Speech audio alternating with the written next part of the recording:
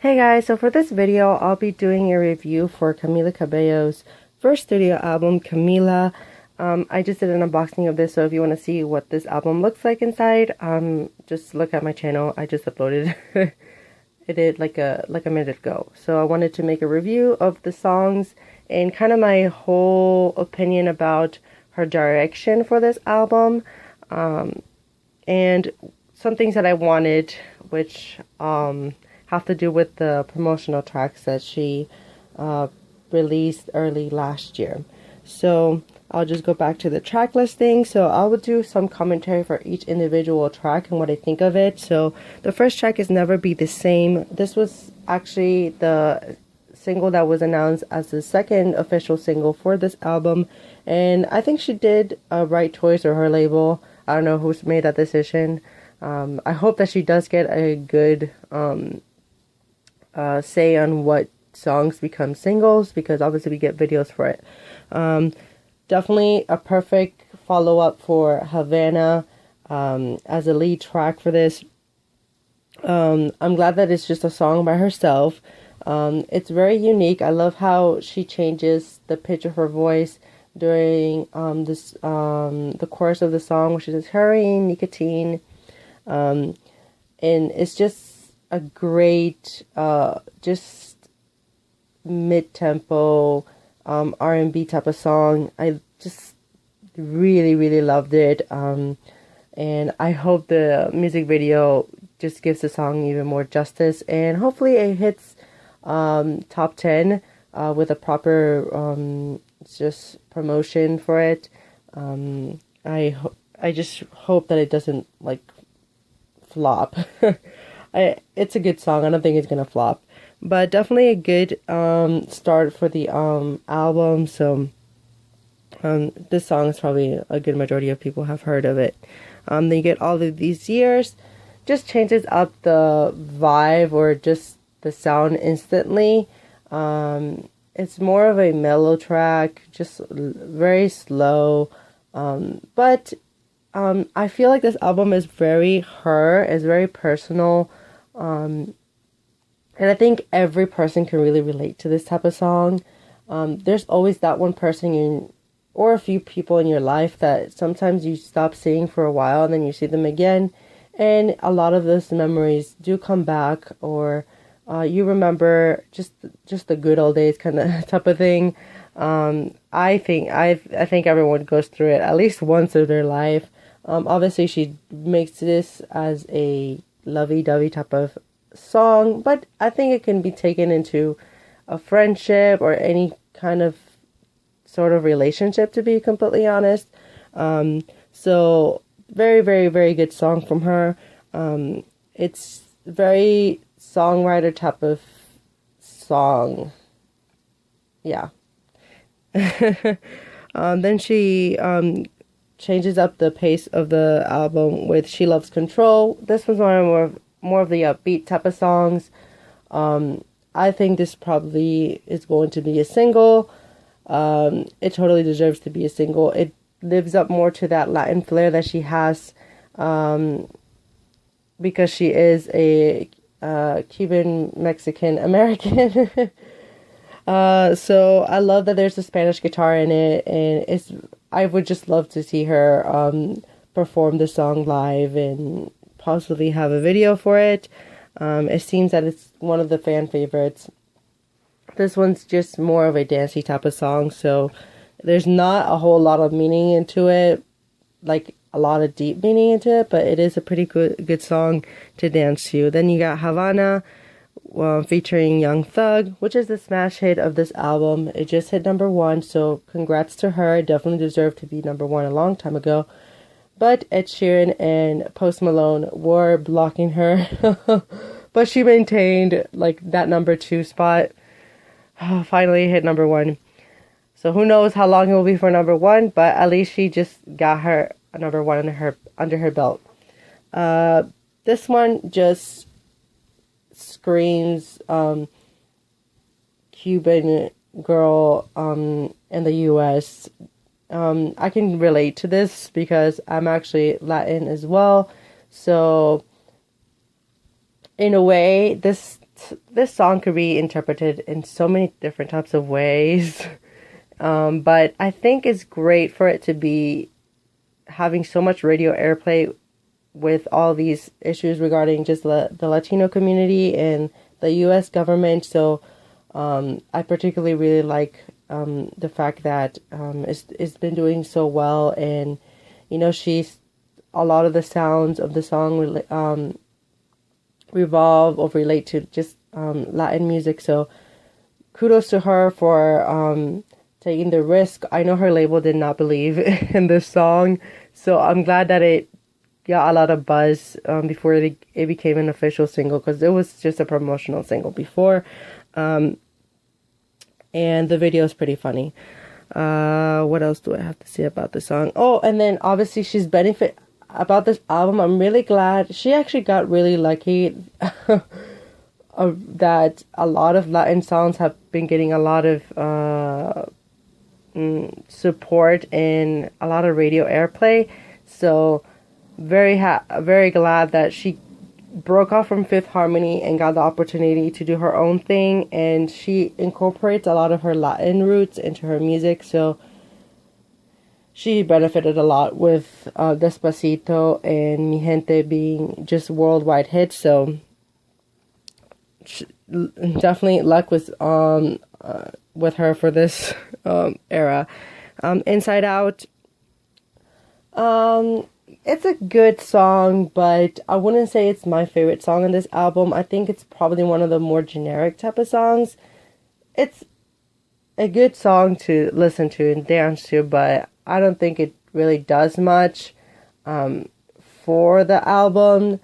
But it's not bad. I just don't think it's a standout type of song.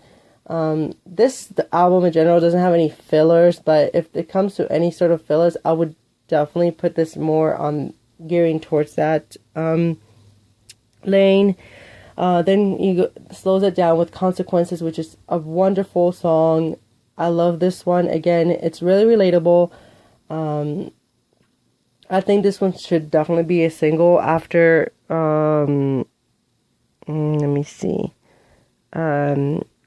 She Loves Control. I hope that they pick She Loves Control as a third single.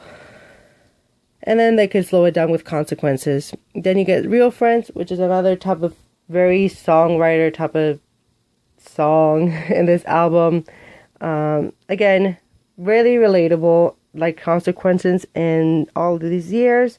And I don't know, it just speaks for itself. I like how simple it is. It's not too overly produced. Very straightforward with the meaning, and you can tell a lot. One thing that I love about Camila's voice is that she knows how to emote or just bring emotion to her songs, because a lot of pop artists seem very bland, and she has a lot of personality with her voice, so it really showcases in all these ballads or these pop ballad type of songs. Again, that's another promotional track that had got a lot of buzz. Something Gotta Give, again, it keeps this whole vibe with just being slow. Like, this album like slows down a lot. In the Dark, good song again, but not a standout track. And then Into It, it's more of that. It's probably the sexiest song in here. Don't have any problem with this one. I like it. I don't know if it will get to be a single though. So it's one of the better type of songs.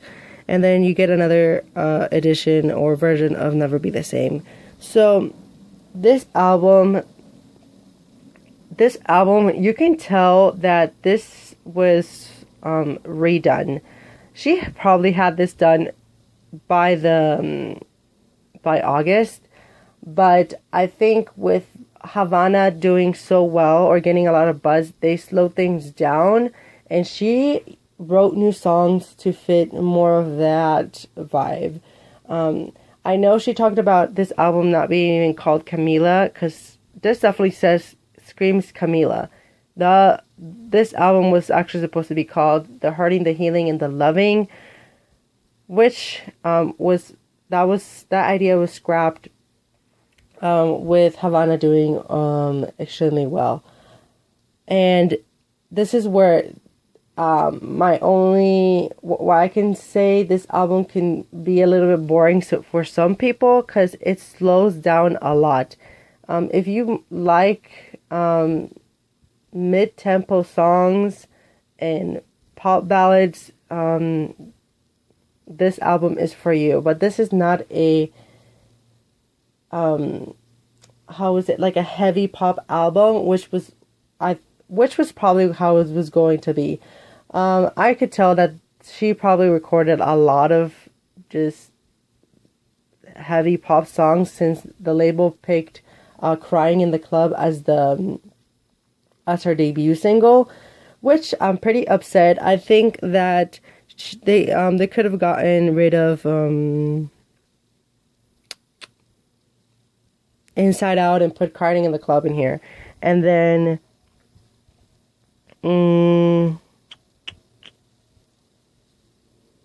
instead of having another version of "Never Be the Same," including "I Have Questions," I think she had an amazing debut single, but I think the song, first of all, I don't think they really promoted it that well, but the music video is fantastic. The song is, I think the reason why it didn't do well is because it's not extremely similar, but obviously it was co-written by Sia and those people, so it does sound a little bit similar to Cheap Thrills, Shape of You, kind of just that vibe. And since Shape of You already just had a big run in the beginning of the year, I think a good majority of people just ignore the song. But I was hoping for her to include it in here.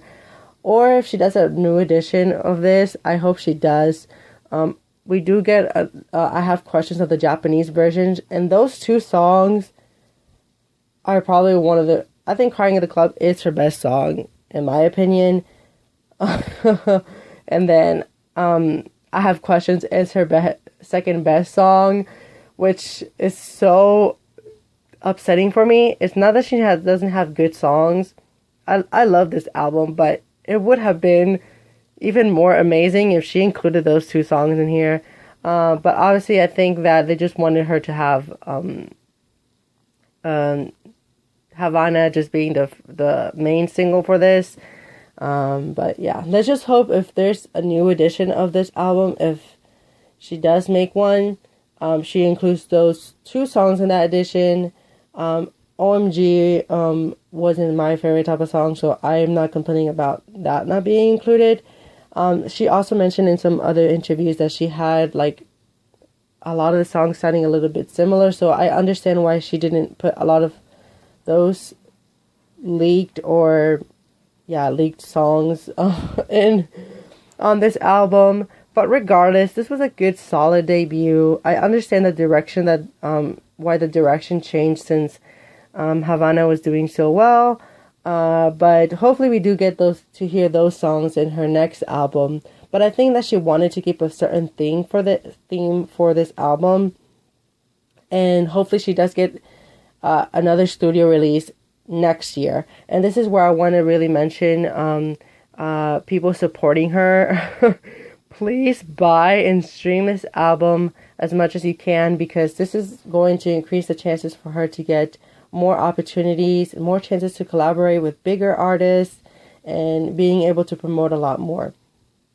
This is so important because a lot of solo artists, like, they tend to have big debuts and then they eventually fade, and I don't want this to happen for her, because I think she has a lot to give, and she can still improve so much since she's so young. And yeah, I would definitely want to hear more of her, especially because we don't get a lot of Latin artists these days that are kind of more in the mainstream, especially in the US. So I hope that she gets another studio release very soon, because I don't want her to lose momentum. And this is a lot of the times this happens because they either wait too long for the second studio album. So I hope that Never Be the Same gets a good charts well, and then she puts another single instantly, and then possibly a fourth one, and then she goes straight into promoting a new song, either before the year ends or early next year, because I don't want her to lose momentum, because this happens way too many times when a lot of artists take gap years. And I know she does have to live her life to, write her songs, but right now she can't really take that risk because of how fast-paced the music industry is. Ariana Grande did the same thing. If she has, I think her second album should be like Ariana Grande's My Everything, which is just an album that's filled with big hit songs. It's not a cohesive album like this one. But she needs one of those type of albums to really maintain her status as a pop singer. And then after that, she can take a year off and then put up an album that's like this, that's more cohesive. But she needs, and I know she has those songs like on lock. Like she probably recorded those a while ago, but they probably wanted this album to sound like cohesive and not all over the place, which is another reason why I understand why Crying in the Club is not in this album, but I Have Questions deserve to be in here. Anyways, if you I hope you guys enjoyed this video. If you have, I want to hear your comments as well on it, what you thought about this album. And again, please get a copy of this album. It's definitely worth listening to. At least stream it on Spotify. So congrats, Camila, again for hitting #1 on Billboard. And let's hope Never Be the Same gets the same type of love for Havana that Havana got. So yeah. I'll see you guys on the next video. And yeah. Bye.